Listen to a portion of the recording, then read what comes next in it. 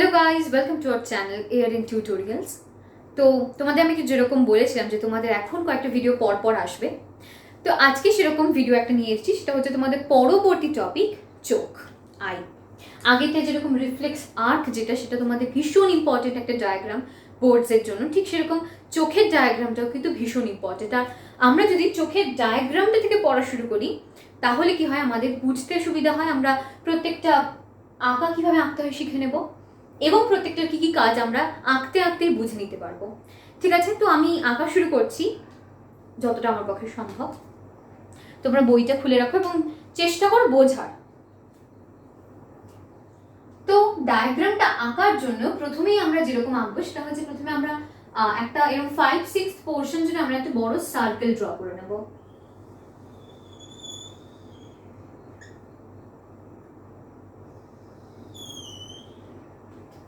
হ্যাঁ, something like this, ঠিক আছে। এবং এখান থেকে আমরা প্রথমে একটা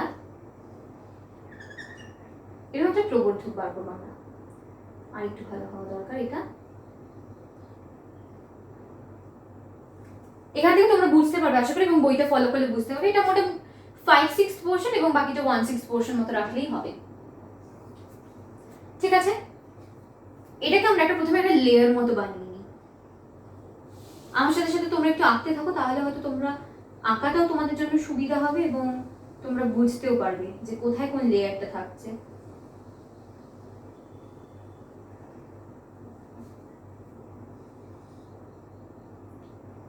Something like this.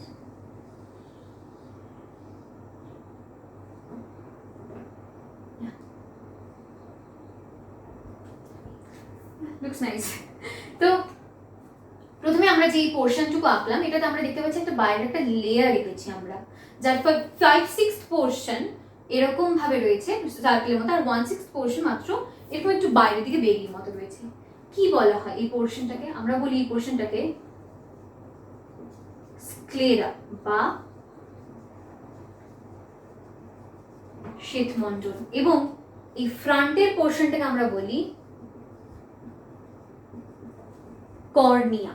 কি বলছি? স্ক্লেরা, এবং স্ক্লেরার সামনের যে পোর্শনটা তাকে আমরা বলছি কিন্তু কর্নিয়া। এরপর আমরা কি আঁকবো? এরপর আমরা এর ভেতরের আরেকটা লেয়ার আঁকবো। এটা আঁকার সময় আমরা একটু এরকম ভাবে আঁকা শুরু করব, ঠিক আছে। চলো তাহলে এটা সেকেন্ড লেয়ার আঁকা হচ্ছে ভেতরের।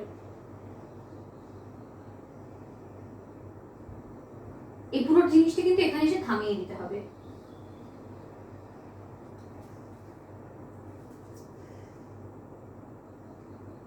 আশা করছি তোমরা আমার সাথে ড্র করছো।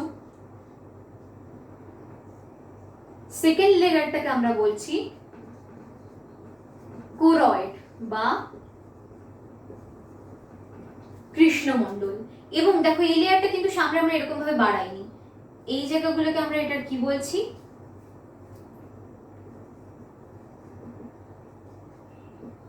Ciliary body. কেমন? এবার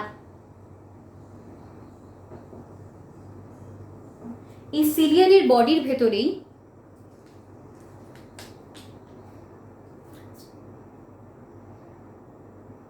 এই লেয়ারটা আমি আঁকছি, যেটা কোরয়েডের ভেতর আঁকা হচ্ছে।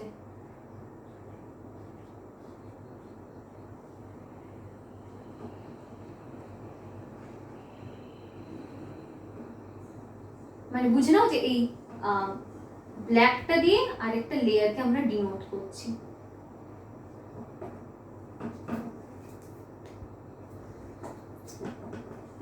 এখানে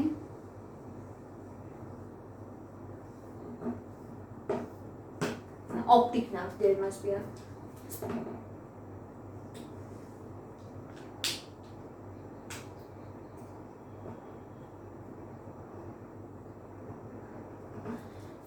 এই যে আরেকটা ব্ল্যাকের যে লেয়ার রাখলাম আমরা কোরয়েডের আগে, এই লেয়ারটাকে আমরা বলছি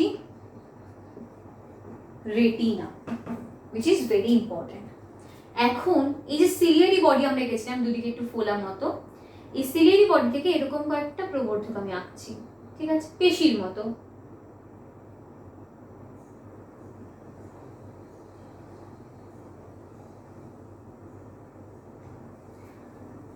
তোমরা বুঝতেই পারছো হয়তো এটাকে কি বলবো আমরা,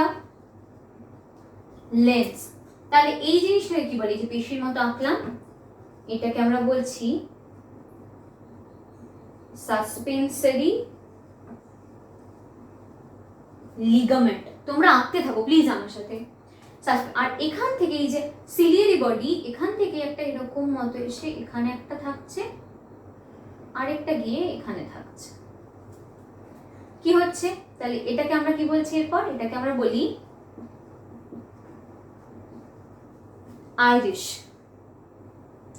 এই যে এই দুটো প্রবর্ধক যেটা বেরিয়ে এসছে এখান থেকে, আমি একটু ডার্ক করে দিচ্ছি বোঝার সুবিধার জন্য, এই দুটো জিনিসকে আমরা বলছি আইরিশ। লাইট কিভাবে যাচ্ছে, এখানে লাইট এলো, এই যে দেখো এই অংশটা দিয়ে কিন্তু লাইট ভেতরে ঢুকছে। এনিওয়ে, তো এর সামনে আবার আরেকটা পোর্শন থাকে, এই যে পুরো এই যে এই অংশটুকুর সামনে একটা লেয়ার মতো থাকে পাতলা,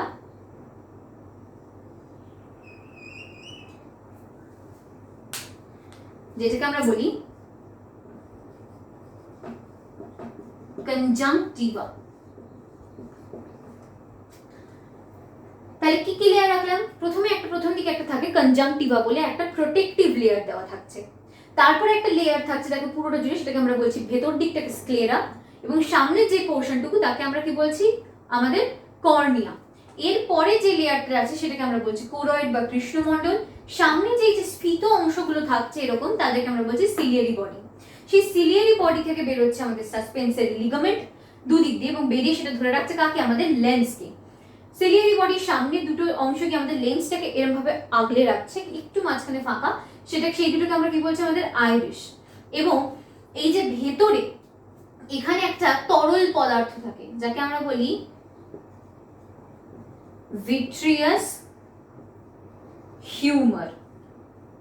ঠিক সেরকম এইখানকার যে প্রকোষ্ঠটা, এখানে একটা বুঝতে পারছো নিশ্চয়ই, এখানে একটা প্রকোষ্ঠ রয়েছে, এইটাকে আমরা বলি, এখানে যে তরলটা থাকে তাকে আমরা বলি অ্যাকুয়াস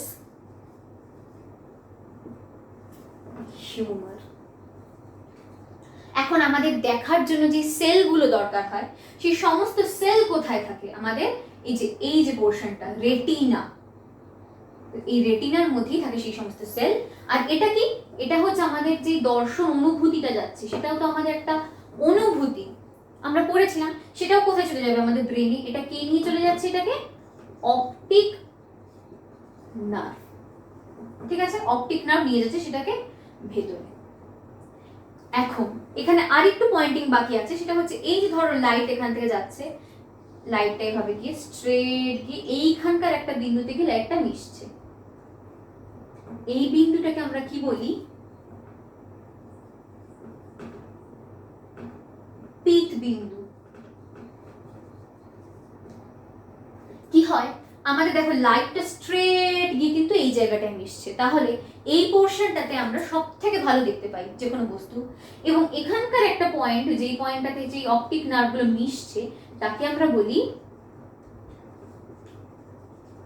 অন্ধবিন্দু, কারণ এখানে কোনো প্রতিবিম্ব তৈরি হয় না, এখানে আমরা কিছু দেখতে পাই না। তাহলে এটা হচ্ছে আইয়ের ডায়াগ্রামটা, যেটা ভেরি ভেরি ভেরি ইম্পর্টেন্ট। ঠিক আছে, তোমাদের ডায়াগ্রামটা কিন্তু বোর্ডের জন্য খুব ইম্পর্টেন্ট। এখান থেকে আমরা এবার কাজগুলো দেখতে থাকি। এই যে তোমাদের বাইরে যেটা রয়েছে স্ক্লেরা, একদম বাইরের পোর্শন থেকে আমরা পড়া শুরু করছি। স্ক্লেরা কি করছে, স্ক্লেরা করছে আমাদের কোরয়েডকে রক্ষা করছে। কোরয়েডকে আগের স্তরটা, কোরয়েড কাকে রক্ষা করছে, রেটিনাকে রক্ষা করছে, এবং যে আলোটা ঢোকার পর বিচ্ছুরিত হচ্ছে তার প্রতিফলনকে প্রতিরোধ করছে। সামনে কি রয়েছে, সামনে রয়েছে আমাদের স্ক্লেরাটা সামনে এসে বেড়ে কি তৈরি হয়েছিল, কর্নিয়া। কর্নিয়া কি হিসেবে কাজ করবে, একটা জিনিস বোঝো, কর্নিয়াটা আমরা কি, আমাদের চোখের উপরে যে হোয়াইট পোর্শনটা, শ্বেতমণ্ডল, আমাদের চোখে যে হোয়াইটটা আমরা দেখতে পাই সেটাই হচ্ছে কর্নিয়া। কর্নিয়া তাহলে কাজ কি, কর্নিয়াটা কিন্তু প্রতিসারক মাধ্যম হিসেবে কাজ করছে আমাদের চোখের, কারণ এখান দিয়েও আলো ঢুকছে, আমাদের প্রতিসারক মাধ্যম হিসেবে কাজ করছে কর্নিয়া। কর্নিয়ার ভেতরে তারপর কি থাকছে, এখানে লেন্স। লেন্সের কাজ তো অবশ্যই তোমরা জানো, ভিট্রিয়াস হিউমার এবং অ্যাকুয়াস হিউমার। এরা কি করে, এরা হচ্ছে আমাদের চোখের ভেতরে যে আভ্যন্তরীণ প্রেশারটা রয়েছে সেই প্রেশারটাকে কিন্তু কন্ট্রোল করছে আমাদের অ্যাকুয়াস হিউমার এবং ভিট্রিয়াস হিউমার, এবং তারা একই সাথে প্রতিসারক মাধ্যম হিসেবেও কাজ করে। এখন ফ্রন্টে যে লেয়ারটা আছে কনজাংটিভা, এই কনজাংটিভার কাজ, কনজাংটিভা আমাদের কর্নিয়াকে প্রোটেক্ট করছে, একটা প্রোটেক্টিভ লেয়ার। অনেক সময় কনজাংটিভাতেই কিন্তু ইনফেকশন হয়, যেটাকে আমরা কনজাংটিভাইটিস বলি, বাংলায় বোধহয় সেটাকে বলা হয় চোখ ওঠা। তো সেটাকে হচ্ছে কনজাংটিভাইটিস, এই কনজাংটিভা স্তরের সেই ঘটনাটা ঘটে থাকে। এবার রেটিনার মধ্যেই কিন্তু সমস্ত যাবতীয় কোষ রয়েছে। তার মধ্যে কি কি কোষ? একটা হচ্ছে রড কোষ, একটা হচ্ছে কোন কোষ। রড কোষ কি? রড কোষ হচ্ছে কম আলোয় দেখতে সাহায্য করে এবং কোন কোষ বেশি আলোয়। এই কারণে যে নিশাচর প্রাণী থাকে তাদের কিন্তু রড কোষ অনেক বেশি থাকে, যাতে তারা রাতের অন্ধকারের মধ্যেও জিনিসপত্রকে স্পষ্টভাবে দেখতে পায়। আপাতত এইটুকু আমি এখান থেকে বলছিলাম। এরপর তোমাদের ডায়াগ্রাম দেখি আমি, সেখান থেকে স্লাইডস অনুযায়ী প্রত্যেকটা জিনিসের কাজ আমি তোমাদের ডায়াগ্রাম থেকে পড়াবো। তারপরে আমরা পড়বো অ্যাকোমোডেশন বা আমাদের চোখের উপযোজন। আগে আমরা একটু কাজগুলো দেখে নিই। তোমরা তাহলে তোমাদের বইতে এই ছকটা বার করো এখন। দেখো প্রথমেই আছে স্ক্লেরার কাজ। কি কাজ? এটি কোরয়েডকে রক্ষা করে। কর্নিয়ার কাজ প্রতিসারক মাধ্যম হিসেবে কাজ করে। কোরয়েড অর্থাৎ স্ক্লেরার ভেতরের যেই লেয়ারটা আছে সেটা কি করে? রেটিনাকে রক্ষা করে আর বিচ্ছুরিত আলোর প্রতিফলন রোধ করে। তারপরে দেখো আইরিশ, যেগুলো লেন্সের সামনে থাকে। কি কাজ করে? তারারন্ধ্রকে ছোট বড় করে চোখে আলোর প্রবেশ নিয়ন্ত্রণ করে। এরপরেই আছে রেটিনা। দেখো রেটিনার গঠন বৈশিষ্ট্যে রড কোষ কোন কোষের নাম তোমরা দেখতে পাবে। আর রেটিনা কি করে? বস্তুর প্রতিবিম্ব গঠনে সাহায্য করে। তারপরে আছে অ্যাকুয়াস হিউমার, প্রতিসারক মাধ্যম হিসেবে কাজ করে এবং চোখের আভ্যন্তরীণ চাপ নিয়ন্ত্রণ করে। লেন্স আলোর প্রতিসরণ ঘটিয়ে রেটিনার উপর ফোকাস সৃষ্টি করে।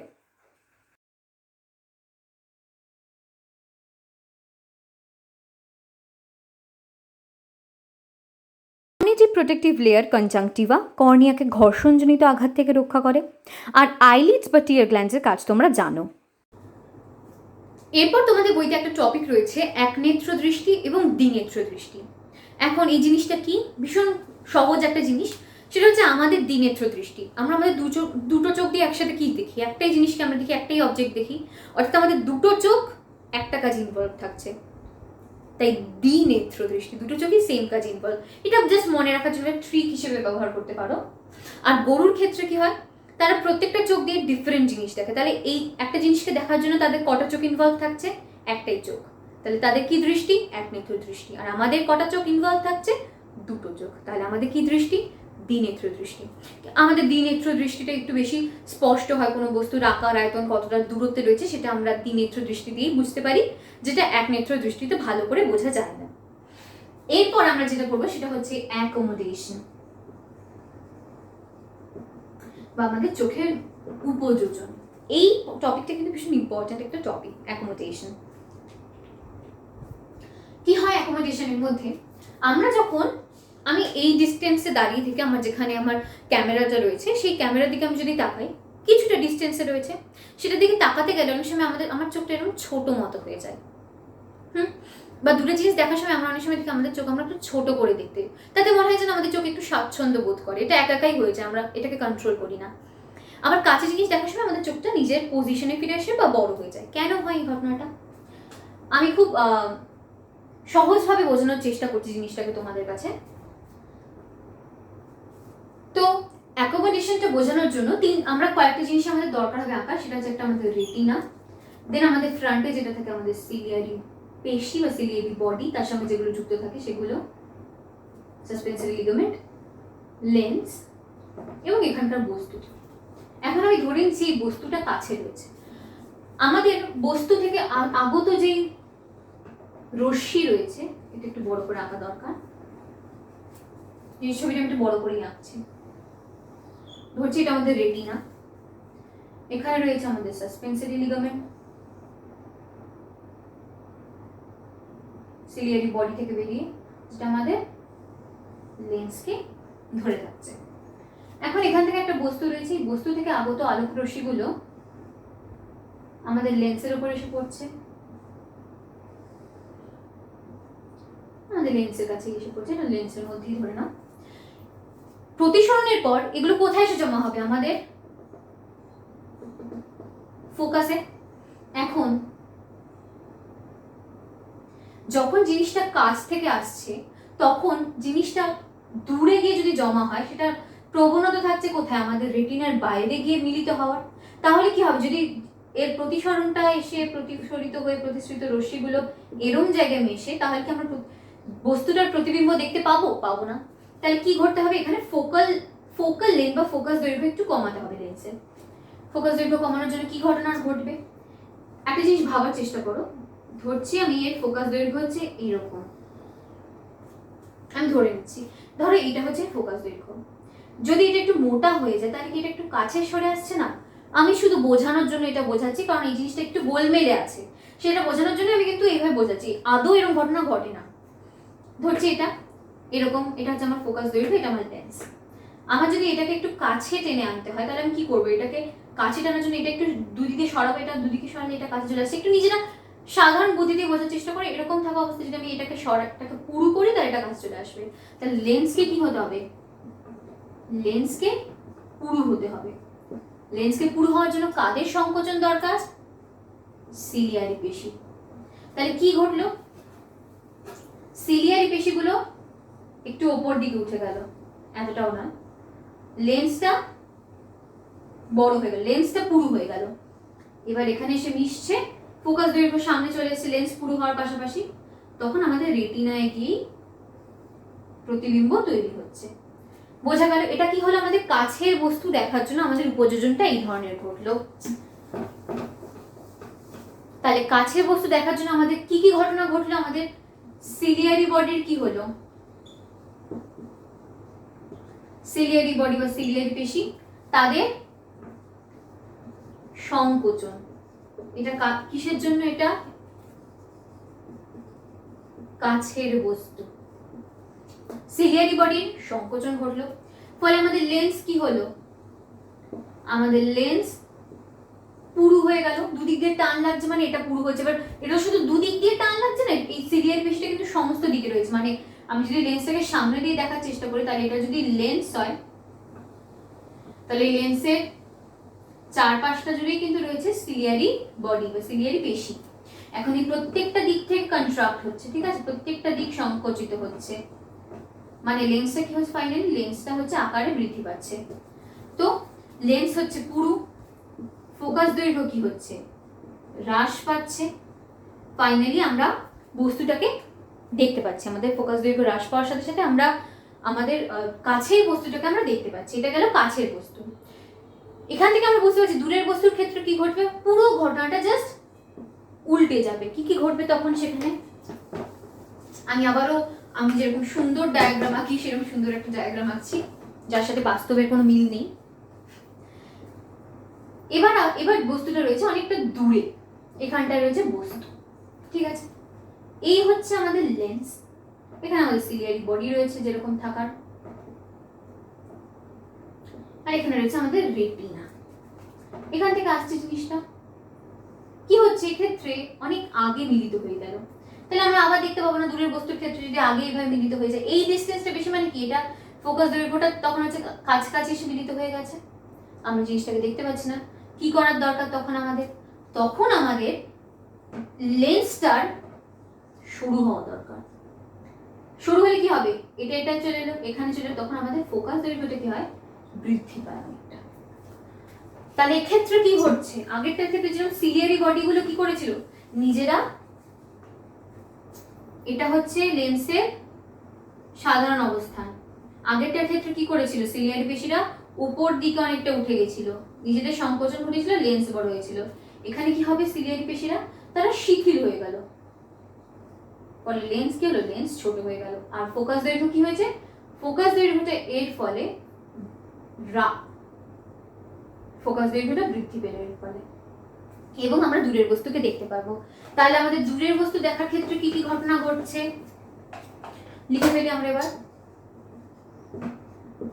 দূরের বস্তুর ক্ষেত্রে উপযোজনটা কিভাবে ঘটছে, আমাদের প্রথমে লিখতে হয় সিলিয়ারি বডির কথা।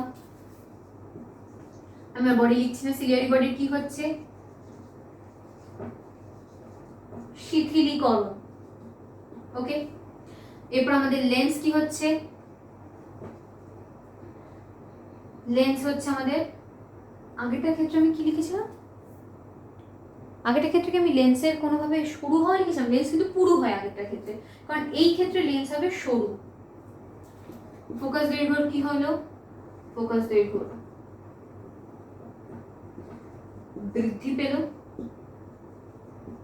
আর আমরা দূরের বস্তুটাকে দেখতে পাচ্ছি। তাহলে এই পুরো ঘটনাটা ঘটছে আমাদের উপযোজন। তাহলে আজকে আমরা তোমাদের চোখ সম্পর্কে যা যা পড়ানোর ছিল সেই সমস্ত কিছু আমরা পড়ে নিলাম। চোখের ডায়াগ্রামটা আমরা আঁকা শিখলাম, তোমরা অবশ্যই ডায়াগ্রামটা বাড়িতে প্র্যাকটিস করবে। ডায়াগ্রামটা ভালো করে বুঝতে পারলে কিন্তু কোনটা কি ফাংশন সেটা বোঝা যায় ভালো করে, কার পরে কি রয়েছে সেটার প্রশ্ন উত্তরগুলোও লেখা যায় সহজে।